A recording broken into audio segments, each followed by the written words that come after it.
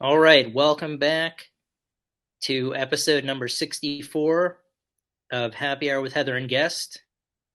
Other dude, Andrew. I'm joined as always by Heather. And Hello. today we did, this was there were circumstances beyond our control with regard to weather and electricity that we thought perhaps maybe we wouldn't be able to do the show today, but the Things worked out. fortunes yeah, the fortunes, the winds of fortune, the winds of change, whatever winds blew our way, and Yeah, so we're able to bring you episode number 64. yeah, That's going to focus on three bands: Greenseeker from Portland, Oregon, Weedevil from Sao Paulo, Brazil, and then Veil of Serpent from Germany. I'm not sure where in Germany, but they are from Germany. yeah. I live in just for context, I live in Illinois and we got some pretty we got some tornadoes and some wind damage and the electricity went out here for a couple days, but I didn't think it was going to come back on. So that's why I thought that we wouldn't be able to record, but thankfully my electricity got restored. So so we are able to record today. So things worked out for us.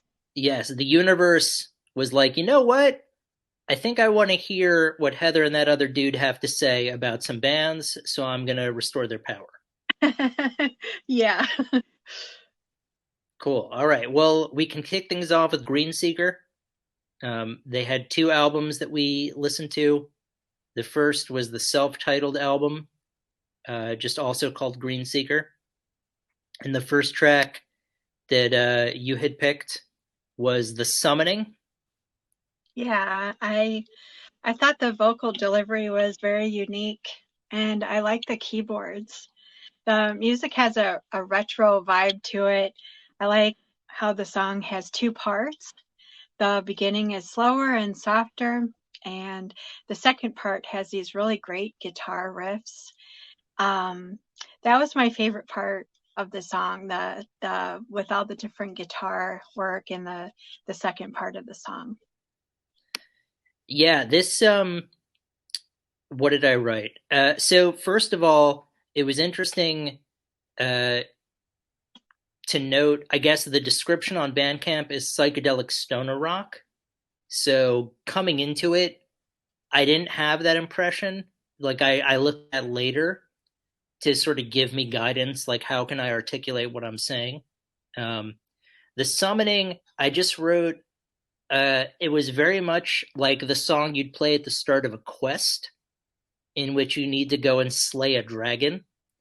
Like I felt like the summoning would be playing as like I was helping his lordship onto a steed and giving him his lance and bidding him farewell or her farewell or them farewell as they rode off to slay dragons. And then all of a sudden, the tempo of the song shifts, and now the horses are galloping. Like it's a slower medium tempo, and then all of a sudden it's like, oh no, we're in full gallop right now, going to slay said dragon that you'd mentioned not 1 minute ago. Um, and I really did dig the organ. Um, Sometimes it's rare that I like outside of Deep Purple that has sort of a signature organ sound. I don't really remember hearing organ very often. In stoner metal, and it's a nice accompaniment. They do a great job with it. And yeah, you'd mentioned the soaring vocals, soaring operatic vocals are dynamite. Um, and then next track was Komodo Dragon. Yeah. The sound on this song was a bit darker and spookier, it had a doomier feeling to it. I really like the song structure and the pacing of the song. The guitars and keyboards together, they just sound phenomenal. The pacing of the drums gave the song a really unique sound. This is definitely my favorite. This is my favorite song. I was gonna say on this album, but I think this is my favorite song of theirs that they have. It has this mystical, you know, feeling to it, which I really like. Yeah, I tapped into that same mystical feeling. I felt like this would be the song played at the beginning of like an incantation or a ritual. You'll notice that both of these songs I feel would be the soundtrack for different events. So for this one, like, or any kind of ritual, it doesn't have to be religious, or it could be like a coming of age thing. Um, but yeah, I felt like this was a song because of the mystic quality of it, that it should be played during, like, I don't know, a bar mitzvah or something, recognizing a step in a direction. Um, and yeah, great psychedelic stoner rock, the whole for both of these songs. Um, and then next up was, I guess, their I don't know, I guess both of these were full length albums. This one is called The Wish, and the first track is called The Wheel and the Stone. The bass in this song really stood out to me. I like how the songs they tell a story. This really reminds me of progressive bands of the 70s. The end of the song is really cool when it speeds up, and for some reason it's funny you talked about horses galloping. I got the sensation of running when I listened to it. Um Maybe it's that feeling of freedom that you get when you listen to it. Absolutely. This track, The Wheel and the Stone, when it first started playing, the way the guitar would kick in and then there'd be a drum breakdown, I was like, I've heard a similar use of instruments this way before, and I spent literally a minute talking to myself, like, okay, you can figure this out. What is this? And then I finally, it the penny dropped, and I was like, this reminds me of the song "Cities on Flame with Rock and Roll" by Blue Oyster Cult. The way the way that they just do the song doesn't sound like that at all, but the way that they use the drums to separate the instruments, um, and it was a great jam. And again, the organ featured prominently, really made it a cool song. Um, but yeah, I was so proud of. I was like patting myself on the back, like, "Oh yeah, yeah, yeah, Cities on Flame with Rock and Roll, of course." But Blue Oyster Cult, there's that sort of progressive influence. It'd be interesting if Greenseeker was like, "Oh yeah, we were listening to a lot of Blue Oyster Cult when we recorded this album." Yeah, So whether or that not would be you were, cool. whether or not they were, that was the impression that I got.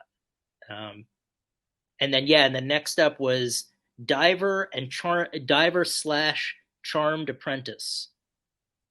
Yeah, I like the vocal harmonies.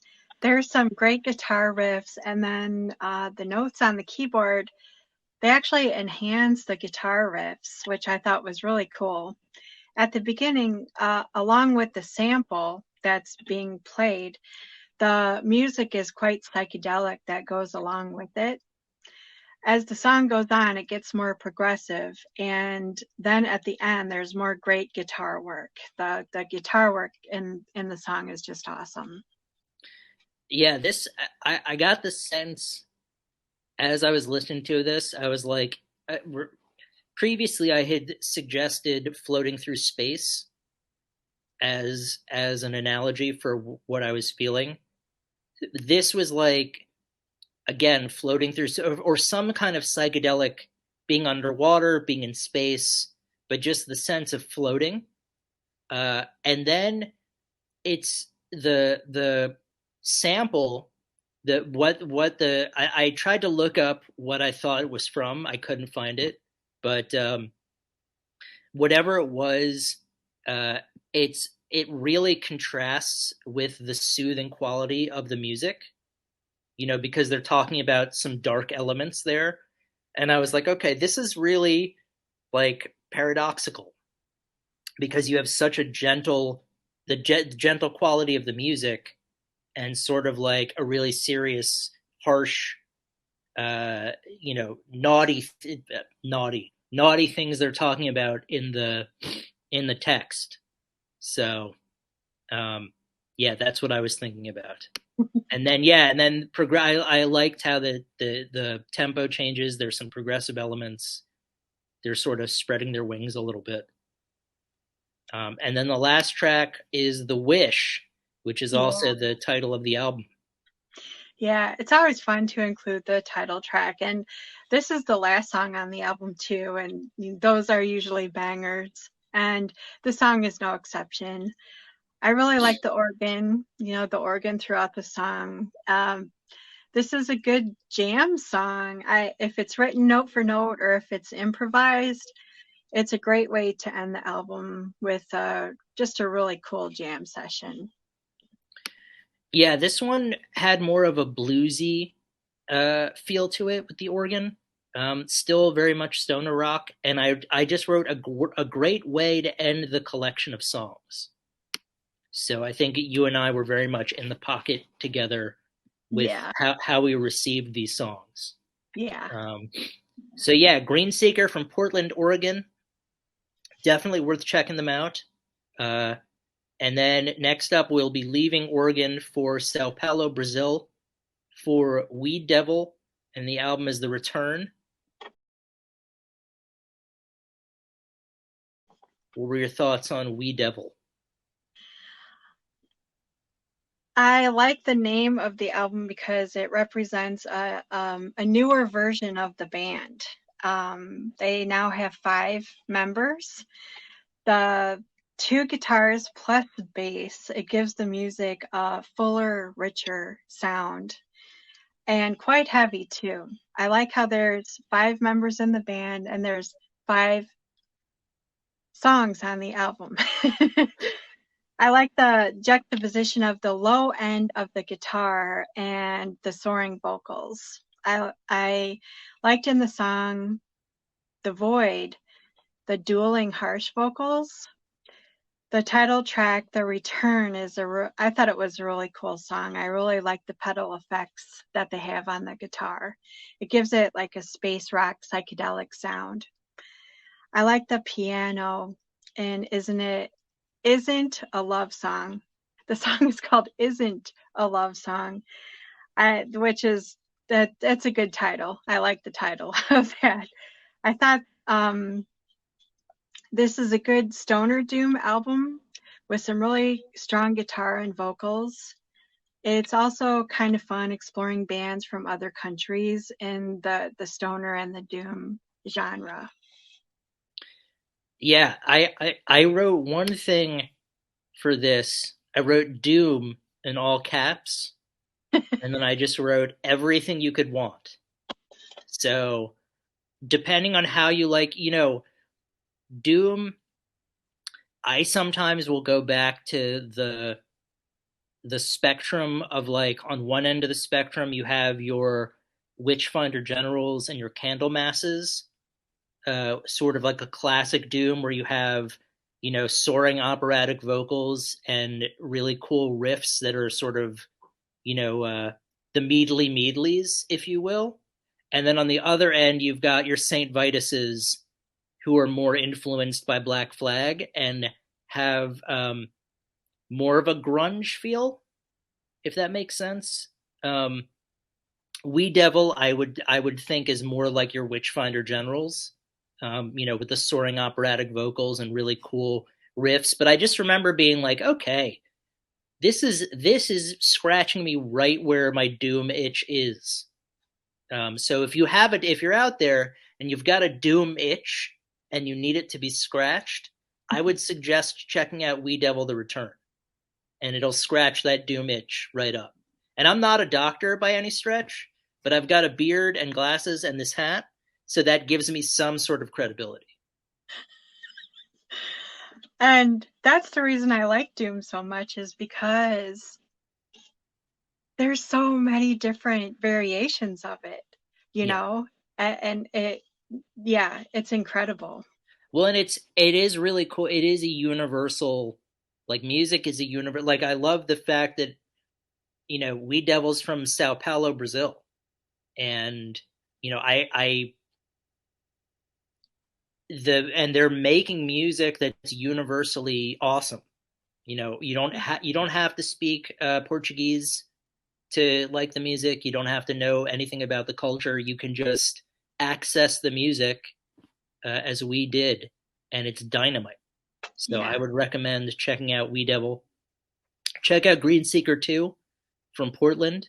And then last but not least, we have Veil of the Serpent from Germany. I listened to Gallery of Sin, which Yeah, is that's a fine. I listened to okay. that one too. Yeah. So, what were your thoughts on Gallery of Sin?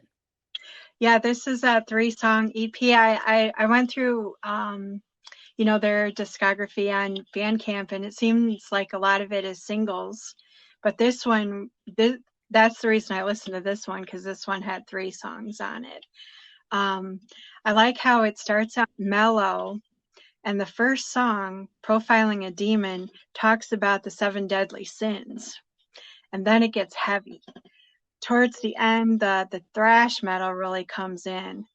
The next song, Gallery of Sin, it has harsher vocals and is more on the death metal side.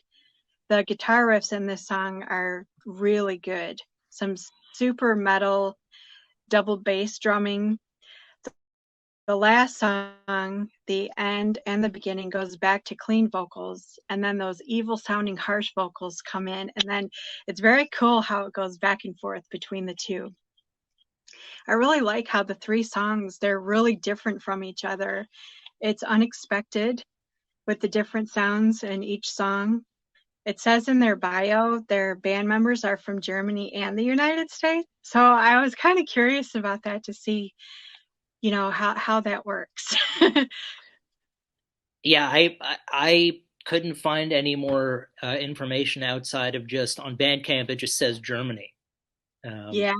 so, but yeah, I definitely it was interesting because um, I think they have the umbrella descriptions of groove and power metal.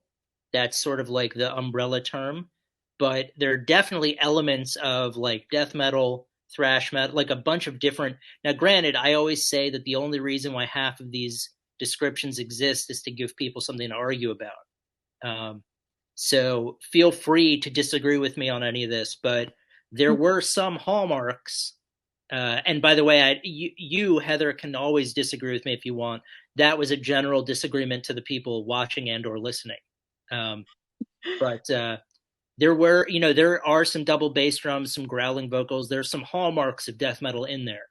Um, and I did like how, like, as you mentioned, the songs are different from each other. It's the same band, and they're not taking sharp left turns by any stretch, but they're mixing it up enough to have some variation.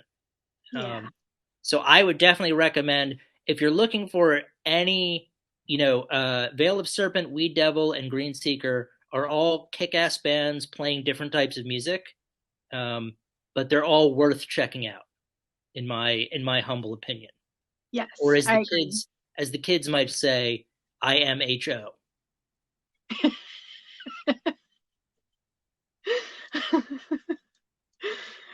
So you keep I like how you're keeping it real.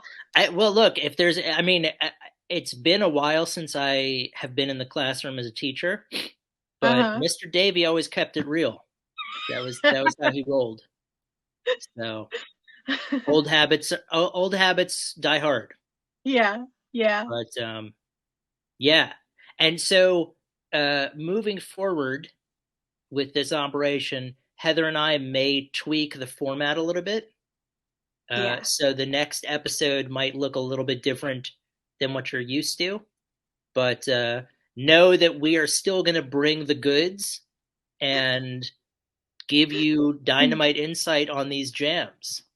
Yeah, we're still going to talk about music, and I think we're going to throw some new stuff in, and Some new you know, stuff, some old yeah, stuff, some yeah. borrowed stuff, some blue stuff. Wait, no, no one's getting married. Uh, But yeah, no, we'll bring it. I mean, Yeah. if there's one thing you can count, if Heather dealt with power outages and tornadoes and was still Yeah. here to bring you insight into the jams. So you can rest assured that this show is going to be here till the end of days. Yeah, we're going to weather the storms and we're still going to be here. Yes. Both the literal and metaphorical storms will be weathered. Yes, So definitely. cool. Yes. Well, the next time we'll be back with more jams and looking forward to speaking with you then. Yes. And thanks for watching, and we'll see you next time.